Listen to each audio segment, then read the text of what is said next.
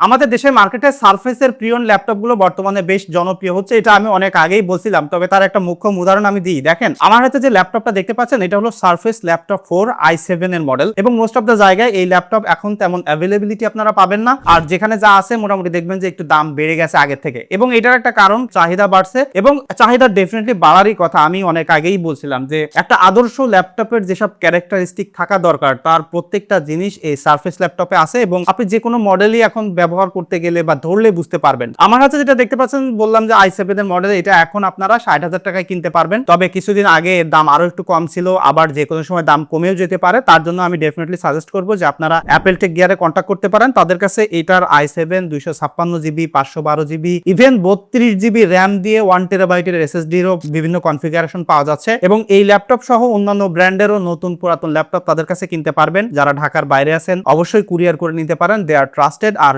বসুন্ধরা সিটিতে তাদের শোরুম আছে, তাদের বিস্তারিত এই ভিডিও ডেসক্রিপশনে আমি দিয়ে দিচ্ছি। 60,000 টাকায় এই ল্যাপটপটা অন্যান্য ব্র্যান্ডের ল্যাপটপের থেকে যে জায়গায় আলাদা করছে, এবং এটা আমি অনেকবারই বলছি, সেটা হলো এটার ডিজাইন এবং বিল্ড কোয়ালিটি। এবং এটাকে আমি মোস্ট অফ দ্য টাইম আপনারা দেখবেন যে অ্যাপেলের ম্যাকবুকের সাথে কম্পেয়ার করি, কারণ এই ল্যাপটপগুলো লং টাইম ধরে ব্যবহার করতে গেলে কোনো জায়গায় অন্যান্য ল্যাপটপের মতো যে ব্যাক শেল মানে নিচ থেকে খুলে যাচ্ছে, ডিসপ্লে সাইড থেকে উঠে যাচ্ছে, কিবোর্ড উঠে যাচ্ছে, এইরকম প্রবলেম আপনি পাবেন না। মানে এটা যতদিন চালাবেন খুবই পারফেক্টলি চলবে, এবং একটা সত্যিকারের প্রিমিয়াম ল্যাপটপের যে ক্যারেক্টারিস্টিক থাকে, লাইক স্লিম প্রোফাইলের হইতে হবে, ডিজাইনটা একদম মিনিমালিস্টিক হইতে হবে, ওজন কম হইতে হবে, তা এই ল্যাপটপটা আপনি দেখলেই বুঝতে পারতেছেন। এবং যে কোনো দোকানে যে কোনো জায়গায় যে জাস্ট আমি মনে করি যে আপনি যদি হাতে ধরেন এবং আপনার উইন্ডোজের দরকার, তাহলে এইটা আপনার ভালো লাগবে, অন্য ল্যাপটপ আপনার তেমন পছন্দ হবে না। তবে শুধু ডিজাইন বিল্ড কোয়ালিটি দিয়ে তো ভাই কাজ হবে না, কারণ আমরা যখন একটা ল্যাপটপ কিনবো সেটার পারফরমেন্স দরকার, আমরা কোনো পারপাস সার্ভ করার জন্যই কিন্তু ল্যাপটপটা কিনবো। তো এখানে যে প্রসেসরটা ব্যবহার করা হয়েছে সেটা কিন্তু 11 জেনারেশনের Core i7 এর প্রসেসর, যার মডেল হলো 1185G7,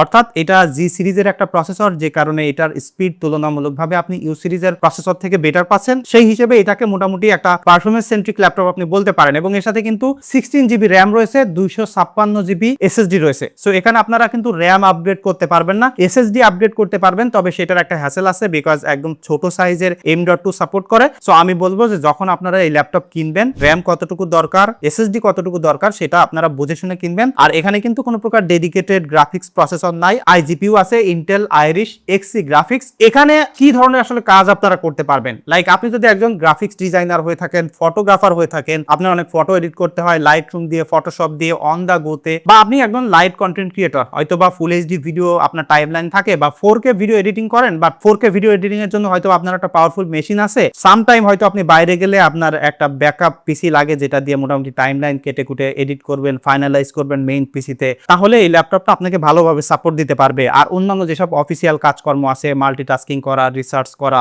ওয়েব ডিজাইন করা, ডেভেলপমেন্ট করা, এগুলো আপনি একদম ইজিলি করতে পারবেন। সো আমি যেটা ফাইনাল কনক্লুড করে বলতে পারি, মোটামুটি ইন্টারমিডিয়েট লেভেলের ইউজার যদি আপনি হয়ে থাকেন, লাইক যেটা বললাম 4K ভিডিও যদি আপনি এডিট করতে চান, তাহলে প্লেব্যাক আপনাকে 1/2 দিতে হবে, দিয়ে ভালোভাবে এডিট করতে পারবেন। যখন আপনি বিভিন্ন লেয়ার অ্যাড করবেন, তখন হয়তোবা সামটাইম 1/4 দিয়ে আপনাকে প্লেব্যাক করতে হতে পারে। আর যদি হাই কালার গ্রেডিং করে আপনি এটা দিয়ে ভিডিও রেন্ডার করতে চান, সেক্ষেত্রে আমি দেখছি যে আমার 9 মিনিটের ভিডিও রেন্ডার হইতে 28 মিনিট মতো টাইম লাগছে। সো রেন্ডার করতে গেলে ডেফিনেটলি একটু টাইম লাগবে, আপনাকে সেটা মাথায় রাখতে হবে। আর তাছাড়া এইটার যে ডিসপ্লেটা আছে না 13.3 ইঞ্চির, এই ডিসপ্লেটার একটা স্পেশালিটি আছে, সেটা হলো এখানে টোটালি টাচ স্ক্রিন আপনারা কাজ করতে পারবেন। যদিও টাচ স্ক্রিনটা অত বেশি ইফেক্টিভ বা ইউজফুল কিছু না, পোস্টার ডিজাইনিং বা ফটো এডিটিং করতে চান, সেক্ষেত্রে ডেফিনেটলি আপনার একটা কালার অ্যাকুরেট মনিটর দরকার বা ডিসপ্লে দরকার। তো তার জন্য এখান থেকে আপনি sRGB অপশন সিলেক্ট করে কাজকর্ম করতে পারবেন। আবার যখন মুভি দেখতে চাইবেন, তখন কিন্তু আপনার একটা ভিভিড ডিসপ্লে দরকার, একটা কালারফুল ডিসপ্লে দরকার। সো এখানে যখন আপনি ইনহ্যান্স মোডটা ব্যবহার করবেন, তখন বেশ কালারফুল এবং ভিভিড একটা ডিসপ্লে দেখতে পারবেন। এবং তার পাশাপাশি এটা যে স্পিকার আছে, সেটা অনেক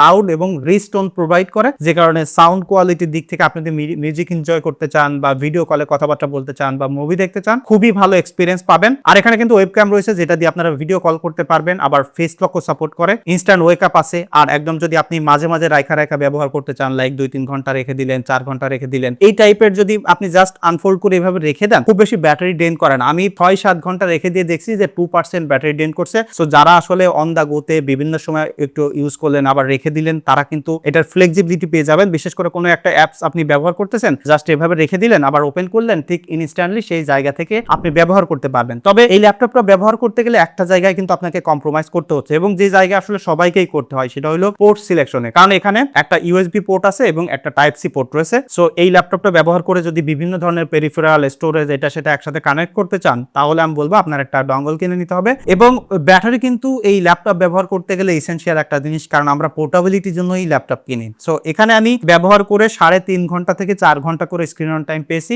তবে এটা ভ্যারি করে এবং আপনার ইউজার প্যাটার্নের উপরেও কিন্তু ডিপেন্ড করে, লাইক কোন টাইপের অ্যাপস আপনি ব্যবহার করতেছেন। তবে অন অ্যান এভারেজ 4 থেকে 4.5 ঘন্টা আপনার স্ক্রিন অন টাইম পেয়ে যাবেন। আর এটা ব্যবহার করতে গেলে যে ট্র্যাকপ্যাড আছে, কিবোর্ড আছে, সেটা টপ নচ লেভেলেরই আছে। আমার মনে হয় যে ওইটা নিয়ে কথা বলার দরকার নাই, কারণ আমি এর আগে অনেক সারফেসের ল্যাপটপের ভিডিওতে এগুলো বলছি। সর্বোপরি যে জিনিসটা সেটা হলো যে এটা অনেক স্লিম প্রোফাইল এবং ওজন কম হওয়ার কারণে যে কোনো ব্যাগে এটা ফিট ইন হয়ে যাবে। সো অ্যাকচুয়ালি পোর্টেবিলিটির জন্য যখন আমরা একটা ল্যাপটপ কিনবো এবং যে কোনো টেবিলে ডেস্কে রাখলে একটা প্রিমিয়াম ভাইব পাইতে হবে, সেটা ডেফিনেটলি এটা আপনাকে প্রোভাইড করতেছে। সো এই জায়গা থেকে আমি বলবো this is one of the best laptop যদি আপনার এখন 60,000 টাকা বাজেট থাকে। এইটাতে একটাই মাত্র ড্রব্যাক আমি পেয়েছি, যেটা আমার কাছে মনে হয় যে আপনাদের জানানো উচিত, বিশেষ করে যারা প্রচুর পরিমাণে ভিডিও এডিটিং করতে চাইবেন বা অনেক হেভি টাস্কিং করতে চাইবেন, তাদের জন্য এটা হিটটা আপনাকে খুব বদার করতে পারে। বিকজ এইটার যে এক্সজস্টটা আছে সেটা কিন্তু এই যে হিঞ্জের নিচে, সো এটা কোনো সারফেসে রাখলে ইজিলি কিন্তু বাতাসটা আটকে যায়, তখন এই ল্যাপটপটা টোটালি গরম হয়ে যায়। মানে এটা অ্যালুমিনিয়ামের বিল্ড, তো সব জায়গায় হিটটা কিন্তু স্প্রেড হয়ে যায়। সো তখন ল্যাপটপটা একদম পুরো আগুনের মতো মনে হয়। তবে আমি দেখছি যে এরকম বাজেটে বা এর থেকে একটু কমেও আপনারা অন্যান্য ব্র্যান্ড যেমন ডেল, এইচপির কিন্তু এই 11 জেনারেশনের জি সিরিজের প্রসেসরের ল্যাপটপ পাবেন, যেগুলো 360 আছে, টাচও আছে, সেগুলোর এক্সজস্ট আরো ভালো আছে। সো যারা ভিডিও এডিটিং করতে চান বা হেভি টাইপের এডিট করতে চান, তারাও কিন্তু ওইগুলো মাথায় রাখতে পারেন। বাট যদি আপনার ইউজার কেস এমন হয় যে মোস্ট অফ দ্য টাইম হয়তো এসিতে থাকেন বা একটু ঠান্ডা ওয়েদারে বা কন্ডিশনে থাকেন, তাহলে কিন্তু এইটা আপনাকে প্রবলেম ফেস করাবে না। ইভেন এটা যে গরম হওয়ার কারণে অনেক বেশি পারফরমেন্স ড্রপ করবে বা আপনি কাজ করতে পারবেন তা কিন্তু নয়। সো আপনারা যদি কেউ মাইক্রোসফটের ল্যাপটপ ব্যবহার করেন, অবশ্যই কমেন্ট করে জানাতে পারেন, তাহলে আমার মনে হয় যে অন্যরা যারা আসলে কিনতে চাচ্ছে তাদের ডিসিশন নিতে সহজ হবে। দেখা হচ্ছে পরবর্তী ভিডিওতে। ধন্যবাদ সবাইকে।